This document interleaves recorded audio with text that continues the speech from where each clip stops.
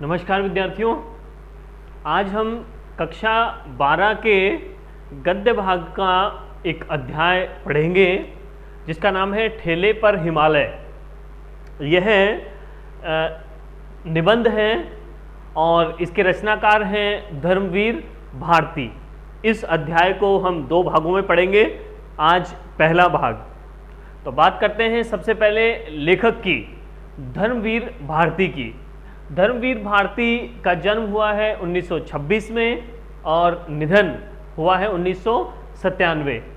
ये प्रेम और रोमांस के रचनाकार कहे जाते हैं। अधिकतर जो इनकी रचनाएं हैं प्रेम और रोमांस से संबंधित हैं और ये मध्यम वर्ग के जीवन संघर्ष के बारे में और सांस्कृतिक मूल्यों के बारे में और लोक जीवन की झांकी इन्होंने अपनी रचनाओं में प्रस्तुत की है। तो तीन इनके प्रमुख विषय रहे हैं। एक तो मध्यम वर्ग के जीवन संघर्ष के बारे में बताना, सांस्कृतिक मूल्यों आदर्शों के बारे में बताना और तीसरा है लोक जीवन के बारे में बताना। सामान्य जो जीवन है किस प्रकार का है उसके बारे में वर्णन करना। इनके कुछ रचनाएं हैं गुनाहों का देवता, सूरज का सातवां घोड़ा और धर्मयुग। ये धर्मयुग एक पत्रिका है, इसका संपादन इन्होंने किया है। ठीक है, ये महत्वपूर्ण पत्रिका है धर्मयुग। इस पत्रिका का इन्होंने संपादन किया है। तो ये लेखक के बारे में हमने समझा। अब बात करते हैं अध्याय की। तो ये जो अध्याय है ठेले पर हिमालय, ये एक प्रकार का निबंध है। ठीक है, और इस निबंध में अपनी यात्रा का वर्णन लेखक ने किया है और इसे हम इसलिए यात्रा वृत्तांत भी कह सकते हैं। तो निबंध भी है और यात्रा वृत्तांत भी कहा जा सकता है इसको। ठीक है, कौन सी यात्रा है? तो ये है पाठ का परिचय। इस पाठ के बारे में क्या बताया गया है? इस पाठ में बताया गया है सोमेश्वर की घाटी में जो कोसानी बसा हुआ है, ये कोसानी नाम की जो जगह है वो कहाँ पर है? उत्तराखंड में है। उत्तराखंड राज्य में है, कोसानी नामक जगह है। और इस कोसानी नामक स्थान में जो पर्वतीय क्षेत्र है, ठीक है, उस पर्वतीय क्षेत्र की सुंदरता का, सौंदर्य का वर्णन यहाँ किया गया है लेखक के द्वारा। ठीक है, तो कोसानी कहाँ पर है? सोमेश्वर की घाटी में है और ये घाटी कहाँ पर है? उत्तराखंड राज्य में है। इस राज्य के जो पर्वतीय क्षेत्र है उसकी सौंदर्य का यहाँ वर्णन किया गया है। किस प्रकार? समझिए। तो यहाँ से हमारा चैप्टर स्टार्ट होता है और इसमें क्या बताया गया? सबसे पहले लेखक और गुरुजन उपन्यासकार मित्र के मध्य संवाद। कि लेखक वहाँ है मार्केट में, बाजार में, और लेखक धर्मवीर भारती के साथ एक उनके मित्र भी हैं। कौन है? उनके उपन्यासकार मित्र हैं, उनके एक फ्रेंड है और लेखक। ये दो लोग बाजार में खड़े हुए हैं, लेखक और उनका मित्र, उपन्यासकार मित्र। ठीक है, तो उनके सामने से एक ठेले वाला आता है और उस ठेले पर बर्फ रखी हुई है, बर्फ की सिल्लियां, और ठंडी ठंडी बर्फ से धुआं उड़ रही है। तो उस धुआं को देखते हुए, उस बर्फ को देखते हुए लेखक के मित्र, उपन्यासकार जो मित्र हैं, उनको हिमालय की बर्फ की याद आ जाती है। और जब उस हिमालय की याद आती है तब वो मित्र उस बर्फ में खो जाते हैं। ठीक है, क्यों खो जाते हैं? कि लेखक ने कहा है कि वो जो मित्र हैं उनके मन पर हिमालय की बर्फ एक ऐसी खरोंच छोड़ जाती है जो याद आने पर उन्हें पिरा उठती है। पिराती है या पिरा उठती है। पिराने का मतलब है पीड़ा देना, दर्द उत्पन्न करना, दुख होना। पीड़ा किस बात की है? उस हिमालय से दूर होने की पीड़ा। लेखक कहता है कि इस पीड़ा को मैं भी झेल चुका हूं, कि मैंने भी उस हिमालय की बर्फ को देखा है, हिमालय के दर्शन मैंने साक्षात किए हैं और उस सौंदर्य के आगे सारे सौंदर्य फीके हैं, तो मैं भी जो मित्र है उसकी पीड़ा को समझ सकता हूं कि उसे कितनी पीड़ा हो रही होगी उस हिमालय की बर्फ से दूर रहने में। तो लेखक कहता है कि जब हम हिमालय गए और हिमालय का दृश्य इतना आकर्षित करने वाला था, मंत्र मुग्ध कर देने वाला था, तो उस दृश्य की बार बार हमें याद आ जाती है। कब याद आ जाती है? जब हम कभी बर्फ देख लेते हैं तो। और ये शहर की बर्फ, ये शहर का जीवन हमें बहुत परेशान करता है, व्यथित करता है। हमें वापस वही जाना चाहिए। लेखक का मन करता है कि मैं सदैव के लिए हिमालय की बर्फ में ही रह जाऊं, उसी सौंदर्य में खो जाऊं, उस हरियाली में खो जाऊं। तो लेखक कहता है कि जब जब उस हिमालय की बर्फ एक ऐसी खरोंच छोड़ गई है मेरे मन में, मेरे हृदय में, कि जब जब मैं उस किसी भी बर्फ को देखता हूं तब मुझे हिमालय की बर्फ की याद आ जाती है, और याद आने पर मेरे हृदय में पीड़ा होने लगती है, दुख होने लगता है। किस बात का? हिमालय से दूर होने का।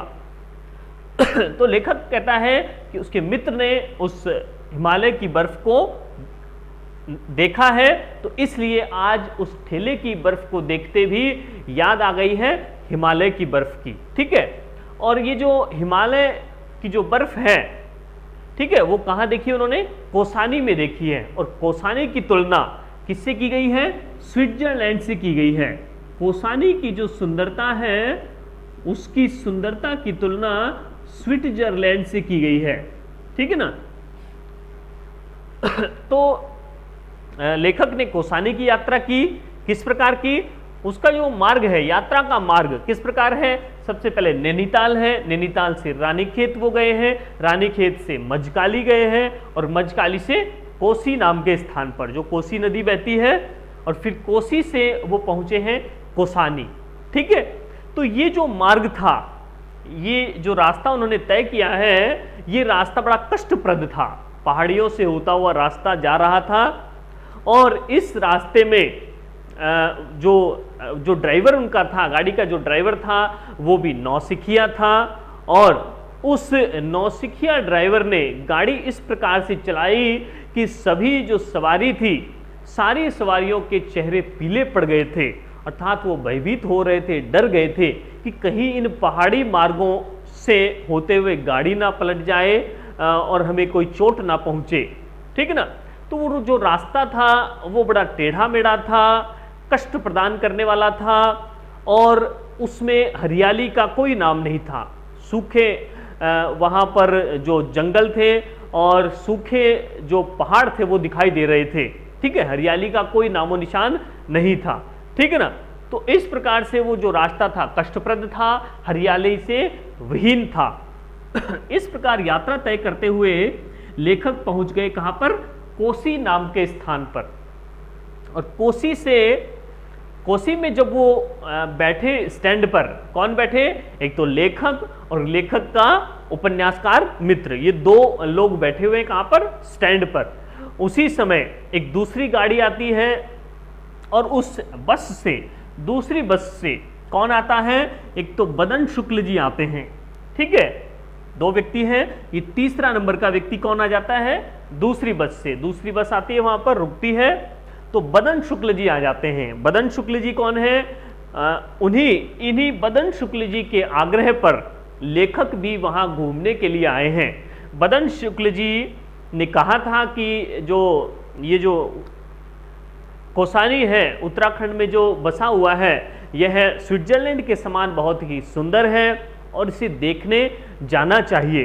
तो इनके आग्रह पर ही लेखक और उनका मित्र वहां घूमने आए थे।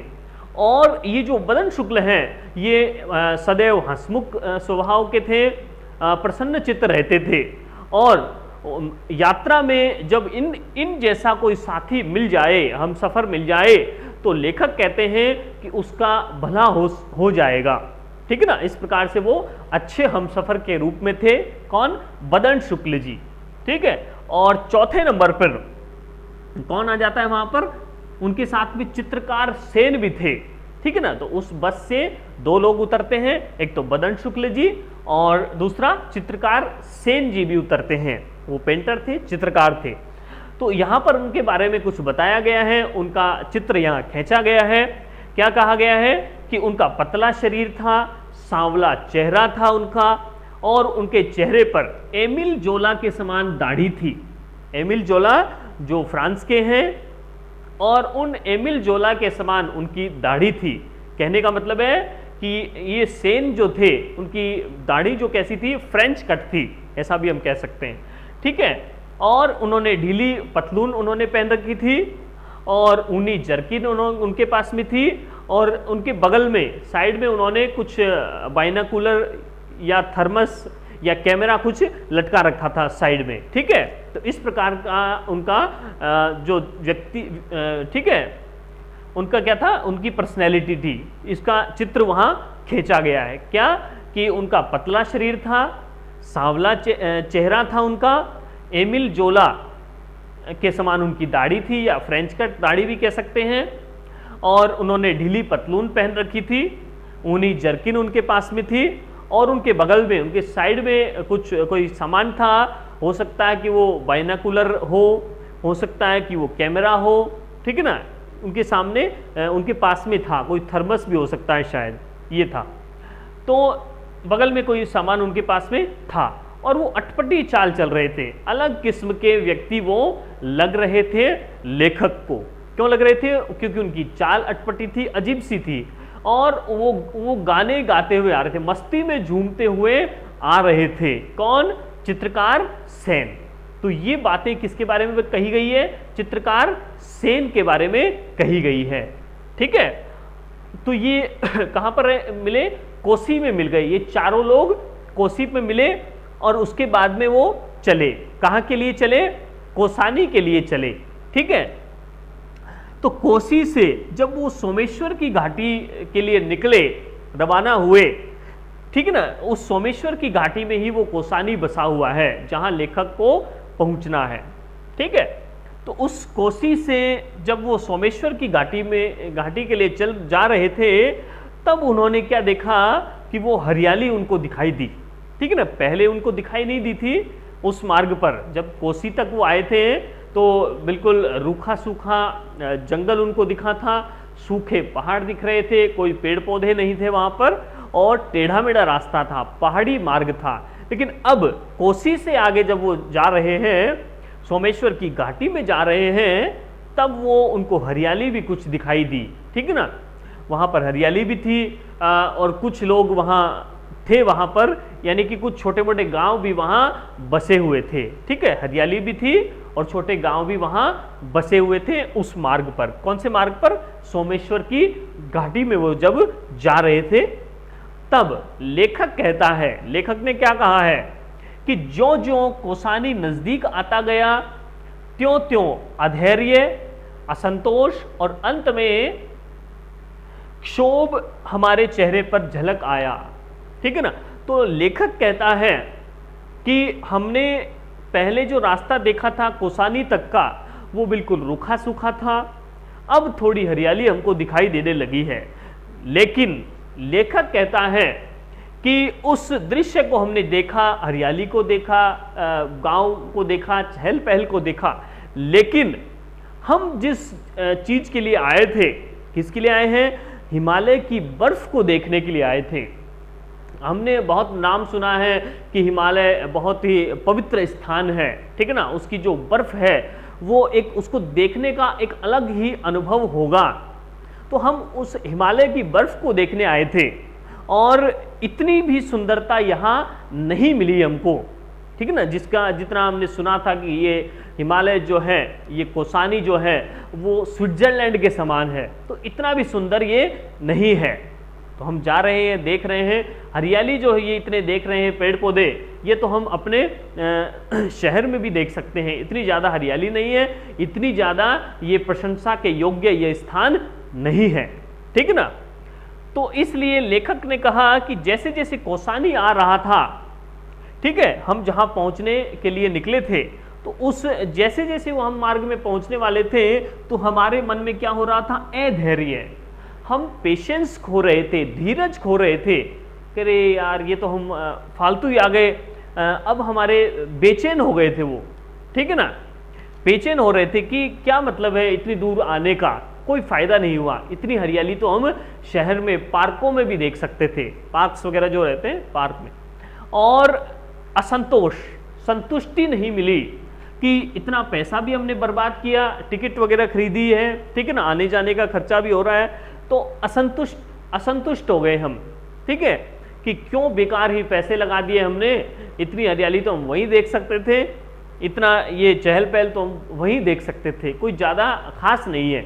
और अंत में क्षोभ हमारे चेहरे पर झलक आया और हम क्या हो गए, पहले तो हम बेचैन हो गए और असंतुष्ट हो गए उस दृश्य को देखकर, और लास्ट में हम क्या हो गए, दुखी भी हो गए कि फालतू ही आ गए हम इतनी दूर में और इतने लोगों को परेशान किया है, ठीक है ना, और इतना समय भी हमारा बेकार चला गया है, तो हमको नहीं आना चाहिए था। और हम बिल्कुल हमारे चेहरे पर एक विषाद, एक दुख की भावना, एक गंभीर रेखाएं उभर कर आने लगी। क्यों उभरने लगी? क्योंकि हम जिस उद्देश्य को पूरा करने के लिए आए थे, जिस हिमालय की पवित्रता को महसूस करने के लिए आए थे और एक विशेष अनुभव लेने के लिए वहां आए थे, वो हमें कुछ उस तरीके से नहीं मिल पा रहा था, ये लेखक ने कहा है, ठीक है ना। तो आइए एक बार फिर से इसको हम समझते हैं। सबसे पहले तो हमने यहाँ देखा है लेखक का परिचय, तो लेखक के परिचय में हम इस प्रकार लिख सकते हैं, 3 बिंदु लिखेंगे। सबसे पहले उसका जीवन परिचय लिख देंगे, फिर हम लिख देंगे उसका साहित्यिक परिचय लिखेंगे, और फिर उनकी कुछ कृतियों के नाम लिख देंगे। तो ये तो हो जाएगा हमारा लेखक का परिचय। और फिर हमने लिखा इस चैप्टर के बारे में, इस चैप्टर के भाव को हमको समझना है कि वो क्या कहना चाहते हैं, और इसकी कुछ जो पंक्तियां हैं उसको हमको आशय स्पष्ट करना है ताकि हम उसकी सप्रसंग व्याख्या कर पाएं, ठीक है ना। जैसे ये कुछ पंक्तियां हमने दी है यहाँ पर, ठीक है ना, इसका हमने आशय समझा है कि किसने कहा है, क्यों कहा है, ठीक है। तो इस प्रकार से यहाँ कहा गया। लेखक ये पहली पंक्ति कौन सी है कि मन पर हिमालय की बर्फ एक ऐसी खरोंच छोड़ जाती है जो याद आने पर पिरा उठती है। किसके लिए कहा गया है? लेखक ने कहा है कि एक हिमालय को देखने के बाद हमारे मन में एक खरोंच सी थी, एक याद सी थी, और वो याद कब उभर कर आ जाती है? जब हम किसी बर्फ को देख लेते हैं तो। और उस हिमालय की याद आने पर क्या हो जाता है? हिमालय की याद आने पर हमें पीड़ा उत्पन्न होने लगती है हमारे हृदय में, और हम दुखी होने लगते हैं। क्यों? क्योंकि उस हिमालय को देखने का, हिमालय का जो दृश्य था उसको अनुभव करने का एक विशेष ही हमारे साथ में एक अनुभव रहा था, ठीक है ना। तो उसको जब हम याद करते हैं तो उससे दूर होने की हमें पीड़ा होती है, ठीक है। पहली बात तो ये कही है। फिर उसके बाद में यहाँ पर मुख्य रूप से क्या बताया गया है कि चित्रकार सेन का जो खाका है यहाँ खींचा गया है, उनके कैरेक्टर के बारे में यहाँ बताया गया है, ठीक है ना। पर्सनैलिटी के बारे में यहाँ बताया गया है, ठीक है ना। उनका पतला शरीर था, एमिल जोला के समान दाढ़ी थी, ढीला उन्होंने पतलून पहन रखा था, उन्हीं जैकेट उनके हाथ में थी, और बगल में कुछ सामान उनके था, अटपटी चाल में वो चल रहे थे और गाने गाते हुए वो आ रहे थे, ठीक है ना। उसके बाद में क्या कहा है कि जो जो कोसानी नजदीक आता गया त्यों त्यों अधैर्य, असंतोष और अंत में क्षोभ हमारे चेहरे पर झलक आया। तो हमने ऐसे अधैर्य क्यों हो गया? धैर्य हमने खो दिया, संतोष हमने खो दिया, और हमारे चेहरे पर दुख की रेखाएं उभर कर आने लगी।